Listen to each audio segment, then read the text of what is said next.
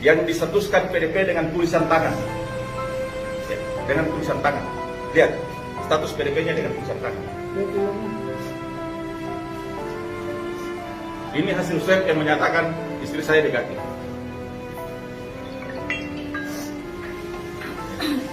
Pertanyaan saya sekarang, masih berhakkah kalian menahan jenazah istri saya?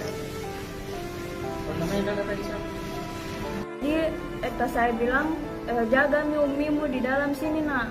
Saya pergi bicara dulu baik-baik sama pimpinan tim gugus. Sebelumnya eta saya sudah bersujud mencium sepatu pimpinan tim gugus, memohon untuk kami membawa umi saya itu ke pemakaman keluarga di Bulukumba. Jadi eta saya keluar dengan saya mempercayai satu dokter yang mereka sebut itu Pak Haji. Nah, Pak Haji mengatakan, iya dek, kita akan cuman kafankan ibu. Nanti kalau mau disolatkan, kita tunggu bapak untuk masuk juga solat sama-sama. Jadi saya percayakan sama Pak Haji saya, karena saya berpikir saya tidak, Pak Haji tidak bakal membohongi saya. Oke, sebelumnya kita memang mau ambil seluruh hak kami membawa jenazah Umi untuk dimandikan, dikafankan dan dimakamkan. Tapi dengan mereka bujuk kami, akhirnya kami melunak dan baik Pak, baik dokter, silahkan dimandikan, silahkan dikafankan, tapi tolong kami yang bawa untuk dimakamkan. Nah, setelah itu saya keluar, mereka sudah memulai proses tayamum. Ternyata hanya di tayamum umi saya tidak dimandikan, padahal umi saya bukan COVID. Umi saya tidak dimandikan, cuma ditayamum. Kemudian baju di badannya dia pakai, dibungkus dengan kafan. Setelah itu mereka bungkus lagi dengan plastik. Betapa hancur hati saya melihat itu. Umi saya bukan COVID. Dan setelah itu mereka mau masukkan ke dalam peti. Nah, kita sebagai orang Islam ya, kita tidak memakai peti untuk dikuburkan ibu bapak.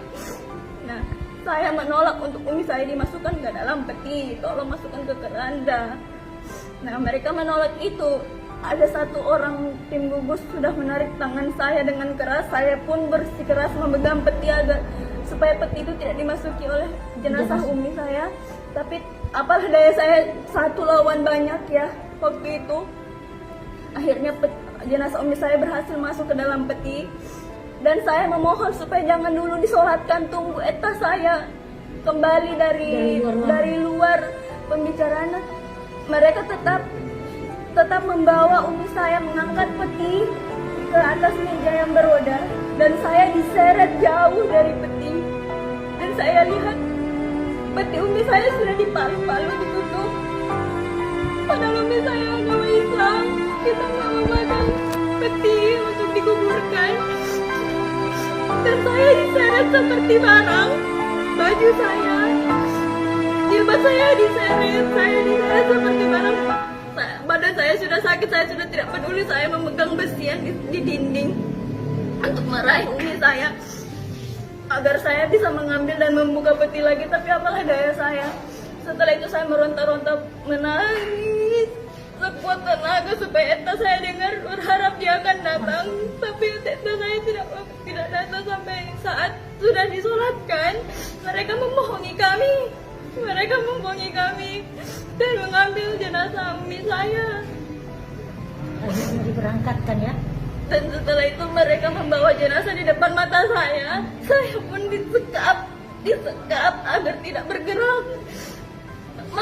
Coba dibayangkan, saya seorang diri perempuan seorang diri disekap oleh beberapa lelaki.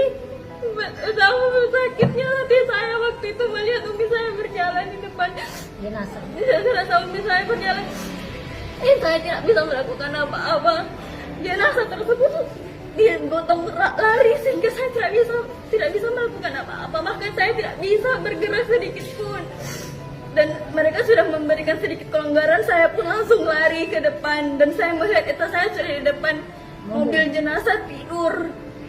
Dan saya pun baru mengerti ternyata tadi itu bukan pembicaraan yang baik, tapi salah satu teknis buat mereka menyekap eta saya supaya saya tidak ada teman di dalam. Mungkin mereka berpikir saya cuma anak-anak, saya cuma anak-anak seorang perempuan yang tidak berdaya, makanya mereka sengaja mengambil eta saya.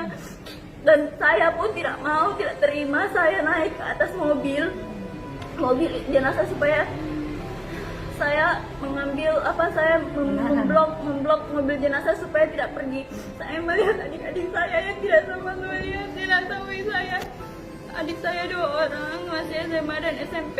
Mereka tidak sempat melihat untuk terakhir kalinya, padahal mereka dari malam. Mereka hanya dijanjikan, iya sebentar dek, kamu pakai baju astronot masuk ke dalam bisa, tapi sebentar sampai pagi tidak ada. Mereka tidak pernah masuk. Dan kami di dalam ya sudah memohon, sudah bersujud. Ini menjadi satu kasus ya untuk beberapa korban-korban yang ada. Ya, saya sudah mendapatkan beberapa data korban-korban termasuk di Siloam ya, yang diseret-seret ternyata juga negatif. Di Manado sana yang sakit jantung meninggal ya, mau dipaksakan untuk diam, tapi ternyata mereka bisa saja. Karena apa? Karena banyak. Dengan massa mereka bisa merebut jenazahnya. Ya. Polisi yang laka lantas ya. Polisi laka lantas yang disematkan sudah PDP. Karena banyak polisi yang datang letting-lettingnya, semua dibebaskan. Mereka sudah bisa bawa. Ibu Ayu, dosen UMI yang sudah disematkan PDP, ternyata mereka bisa juga mencabut status PDP itu. Nah, kenapa istri saya tidak? Kenapa? Ada perlakuan berbeda kan? Karena dia UMI, dia dosen UMI, dia polisi. Itu.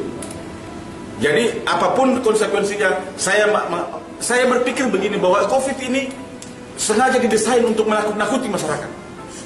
Tanggapan Bapak bagaimana ada unsur politik? Sangat jelas bahwa ada SK Menteri Keuangan yang menyatakan 321 juta per pasien. Ada. Saya upload di Facebook saya semua. Silahkan dibaca.